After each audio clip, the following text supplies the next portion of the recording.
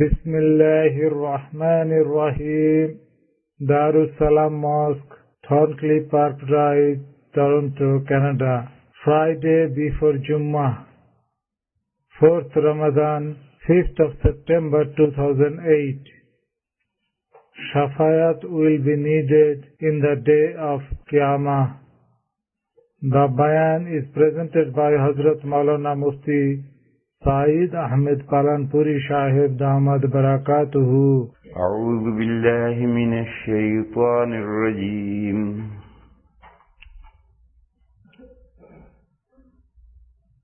شہر رمضان الذی انزل فیہ القرآن هدى للناس وبينات من الهدى والفرقان فمن شهد منكم الشهر فليصمه ومن كان مريضا أو على سفر فعدة من أيام أخر يريد الله بكم اليسر ولا يريد بكم العسر ولتكملوا العدة ولتكبروا الله على ما هداكم ولعلكم تشكرون. صدق الله مولانا العظيم.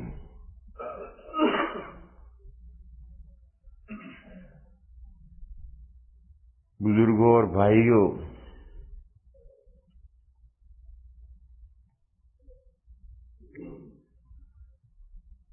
کل قیامت کے دن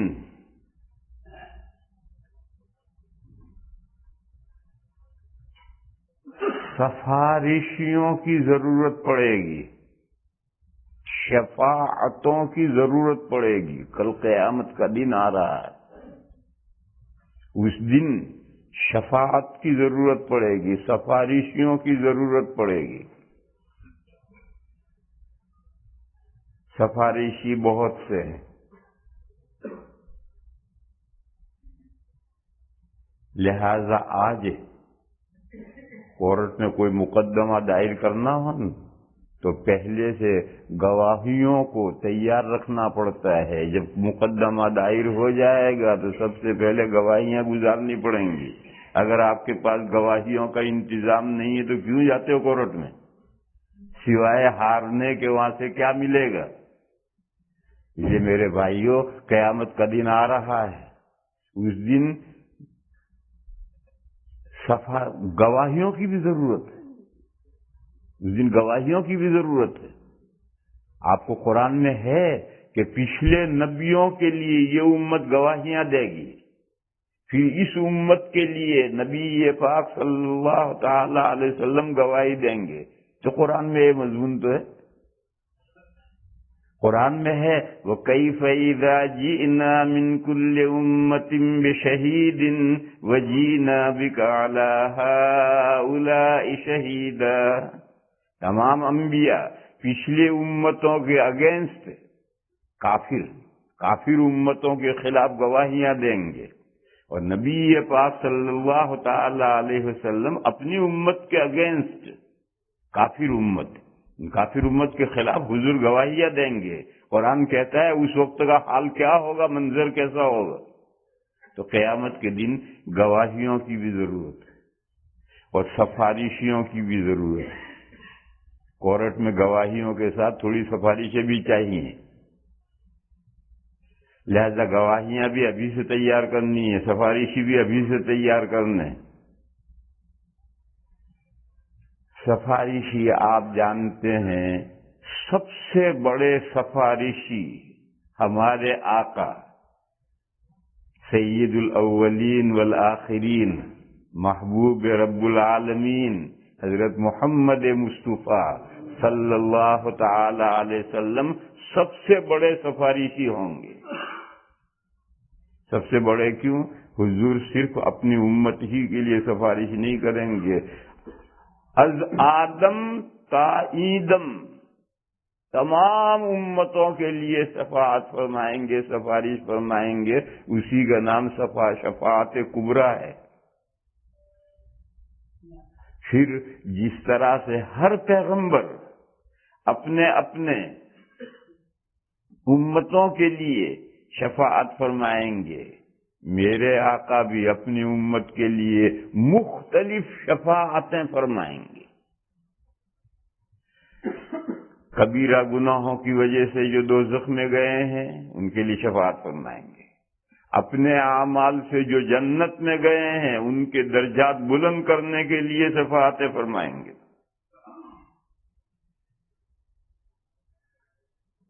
انہی سفارشیوں میں سے روزہ اور قرآن ہیں، یہ دو بھی کل قیامت کے دن انسان کے لیے سفارشی ہوں گے۔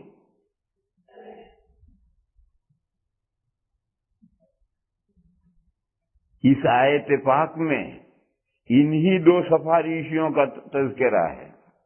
فرمایا ماہ رمضان، منتھ آف رمضان، اس منتھ میں قرآن اتارا گیا ہے۔ کہتے ہیں ایک حدیث میں ہے کہ اللہ کی جو 4 بڑی کتابیں ہیں چاروں رمضان میں اتاری گئی، مختلف رمضان کی مختلف تاریخوں میں چاروں کتابیں اللہ کی اسی مہینے میں اتاری گئی۔ یہ حدیث شریف میں یہ مضمون ہے، اور یہ تو قرآن میں ہے کہ منتھ آف رمضان، اس منتھ میں قرآن کریم اتارا گیا ہے۔ اس کی وجہ سے اس مہینے کو اہمیت حاصل ہوگی،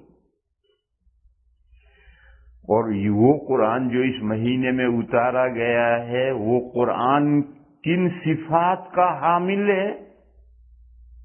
پہلی صفت ہے ہدی للناس، تمام انسانوں کے لیے گائیڈ بک ہے، صرف پرہیزگاروں کے لیے نہیں۔ قرآن پاک کے شروع میں ہے ہدی للمتقین، پرہیزگاروں کے لیے قرآن گائیڈ بک ہے۔ یہاں قرآن کہتا ہے صرف پرہیزگاروں کے لیے نہیں، ہدی للناس، سارے انسانوں کے لیے گائیڈ بک ہے۔ پھر وہاں پرہیزگاروں کے لیے کیوں کہا؟ دیکھو بعض شہر بڑے خطرناک ہوتے ہیں، اس میں ڈرائیونگ کرنے کے لیے روڈ میپ ساتھ میں رکھنا پڑتا ہے، لیکن کس کو رکھنا پڑتا ہے؟ جو انجانا ہے اس شہر سے یا اچھی طرح سے شہر سے واقف نہیں ہے، لیکن جو شہر کے گلی کوچوں سے پوری طرح واقف ہے اسے روڈ میپ کی کیا ضرورت ہے؟ مگر میرے بھائیوں، یہ دنیا ایسی بھول بھلیاں ہے کہ یہاں روڈ میپ متقی اور پرہیزگاروں کو بھی ساتھ رکھنا پڑتا ہے۔ وہ بھی اس دنیا کی بھول بھلیوں میں گائیڈ بک کے بغیر زندگی نہیں گزار سکتے ہیں، حتیٰ کہ انبیاء کرام علیہم الصلاۃ والسلام بھی اللہ کی ہدایتوں کے محتاج ہیں۔ اللہ کی ہدایتوں کے بغیر ایک قدم وہ نہیں اٹھا سکتے اس دنیا، اور ہر انسان محتاج ہے۔ آپ جانتے ہیں پہلا انسان کون ہے؟ حضرت آدم علی نبینا علیہ الصلاۃ والسلام۔ اور پہلا نبی کون ہے؟ پہلا نبی بھی حضرت ہی ہیں۔ کیا رزلٹ؟ اس کا رزلٹ ہے کہ کوئی انسان اللہ کی رہنمائی کے بغیر اس دنیا میں قدم نہیں اٹھا سکتا۔ جو اللہ کی رہنمائی سے بغیر قدم اٹھائے گا اس کا قدم غلط ہوگا۔ تو پہلا انسان پہلا نبی ہے۔ معلوم ہے ہر انسان کو اللہ کی رہنمائی کی ضرورت ہے۔ تمام انبیاء کرام علیہم الصلاۃ والسلام بھی اللہ کی رہنمائی کے محتاج ہیں۔ یہ دنیا ایسی بھول بھلیاں ہیں۔ دنیا کے شہر جیسے پیچیدہ ہوتے ہیں تو اس کے لیے روڈ میپ رکھنا ہے انجانے کو، جو شہر سے واقف اس کو روڈ میپ کی ضرورت نہیں ہے۔ مگر دنیا ایسی بھول بھلیاں ہے کہ اس کو کتاب ہدایت ہر ایک کو ہاتھ میں رکھنی ہے۔ اس لیے قرآن کے شروع میں فرمایا تھا کہ متقیوں کو لیے قرآن کریم متقیوں کے لیے بھی گائیڈ بک ہے، وہ بھی قرآن سے بے نیاز نہیں ہے، وہ بھی قرآن کریم کے محتاج ہے۔ اور جب وہ بھی قرآن کریم کے محتاج ہیں تو ماؤ شما عام لوگ تو بدرجہ اولا محتاج ہیں. تو فرمایا قرآن کریم ہدی للناس، تمام انسانوں کے لیے غائب بک ہے. دوسرا وصف ہے وَبَيِّنَاتٍ مِّنَ الْهُدَى وَالْفُرْقَانِ. قرآن کریم میں دو باتوں کی واضح دلیلیں ہیں. بینات، ایک ہدایت کی واضح دلیل ہے اور ایک صحیح راستہ کون سا ہے اور غلط راستہ کون سا ہے ان کو جدا کرنے والی واضح دلیلیں. اس کو مثال آپ یوں سمجھیں، جب آپ روڈ پر ڈرائیونگ کرتے ہیں تو جگہ جگہ سائن بورڈ آتے ہیں کہ یہاں اسکول ہے، تو آپ وہاں چوکنا ہو جاتے ہیں اور گاڑی دھیمی کر دیتے ہیں کہیں بچہ کو نہ آ جائے. ہائی وے پر آپ روڈ کرتے ہیں، کسی جگہ پر ہرنوں کا علاقہ ہے تو وہاں سائن بورڈ آتے ہیں کہ یہاں ہرن ہے، کوئی بھی ہرن روڈ پر آ سکتا ہے، تو آپ چوکنا ہو جاتے ہیں ڈرائیونگ کرتے ہیں. اور جب روڈ الگ ہونے ہو تو بڑا سائن بورڈ آتا ہے کہ یہ راستہ وہ ہے، یہ ہے، کیپ ان لائن. اسی طریقے سے میرے بھائیوں اس دنیا میں دو طرح کی دلیلیں چاہیے. ایک دلیلیں چاہیے بینات من الہدی، ہمیں کون سے راستے پر چلنا ہے اس کی واضح دلیلیں چاہیے. اگر اس کو ہم قرآن کو سامنے نہیں رکھیں گے تو ہمیں کس راستے پر روڈ پر چلنا چاہیے ہم نہیں سمجھ سکتے. پھر فرقان کے معنی حق اور باطل کو جدا کرنے والے کہ یہ روڈ جو جا رہا باطل پر جا رہا ہے، یہ روڈ جو جا رہا سیدھا جا رہا ہے. کیپ ان لائن، ذرا ادھر سے ادھر گئے تو گئے. بالکل یہی مثال ہے جہاں روڈ بدلتے ہیں، اگر اس لائن سے اس لائن پر گئے تو گئے کہیں سے کہیں، اپنی لائن میں رہو. تو قرآن کریم ہمیں وہ لائن بتاتا ہے جس لائن پر ہمیں رہنا ہے، اور وہ واضح کرے گا کہ دیکھو یہ لائن جو ہے اس سے گئے. تو قرآن کریم میں یہ دو خوبیاں ہیں، ایک تو ہدایت کی واضح دلیلیں ہیں اور ایک حق اور باطل کو جدا کرنے کی واضح دلیلیں ہیں. دو ٹوک فیصلہ کرتا ہے قرآن کہ یہ حق ہے اور یہ باطل ہے. جب ایسا عظمتوں والا قرآن کریم رمضان میں اترا ہے تو میرے بھائیو رمضان کی بھی اہمیت ہو گئی. اس لیے اللہ جل شانہ عما نوالہ نے فرمایا فمن شہد منکم الشہر فلیصمہ، جو شخص تم میں سے اس مہینے کو دیکھے چاہیے کہ وہ اس مہینے کے روزے رکھے. قرآن نے تو روزوں کا حکم دیا ہے اور نبی پاک صلی اللہ تعالی علیہ وسلم نے تراویح کا حکم دیا کہ دن میں روزے رکھو اور رات میں اس قرآن کریم کو پڑھو. نفلوں میں تراویح میں اسے پڑھو، رات کا بڑا حصہ قرآن کریم میں مشغول رہو. تو قرآن نے ماہ رمضان کے دن کے روزے متعین کیے. نبی پاک صلی اللہ تعالی علیہ وسلم جو اللہ کے نمائندے ہیں انہوں نے رات کی تراویح کو مسنون کیا. دیکھو اگر رات کی تراویح کا ذکر قرآن میں آ جائے تو تراویح بھی فرض ہو جاتی. روزوں کا ذکر قرآن میں آیا، روزے فرض ہو گئے. اگر تراویح کا ذکر بھی قرآن میں آ جائے تو وہ بھی فرض ہو جاتے. اس لیے اللہ تعالیٰ نے دلائل کے درجے رکھے ہیں. جو حکم قرآن میں ہوتا ہے وہ فرض کے درجے کا ہوتا ہے، حدیثوں میں جو حکم ہوتا ہے اس کا درجہ تھوڑا گرتا ہے، سنت مؤکدہ کے درجے کا ہوتا ہے. یہ دو عمل، رمضان کے دنوں میں روزے رکھنا اور رمضان کی راتوں میں نماز میں قرآن کریم پڑھنا، پھر نماز پڑھ کر فارغ ہو جاؤ تو صرف نماز میں پڑھنے اور سننے پر اکتفا مت کرو. اللہ جو توفیق دے رمضان کی راتوں میں قرآن کریم پڑھو. یہ دو عمل اس لیے ہیں کہ یہ قیامت کے دن مومن کے لیے شفاعت کریں گے، سفارشیں کریں گے. روزہ بھی سفارش کرے گا، نماز بھی قرآن کریم بھی سفارش کرے گا. حدیث شریف میں ہے زہراوین، دو روشن صورتیں ہیں روشن چمکدار جیسے چاند چمکتا ہے، ایسی دو روشن صورتیں ہیں،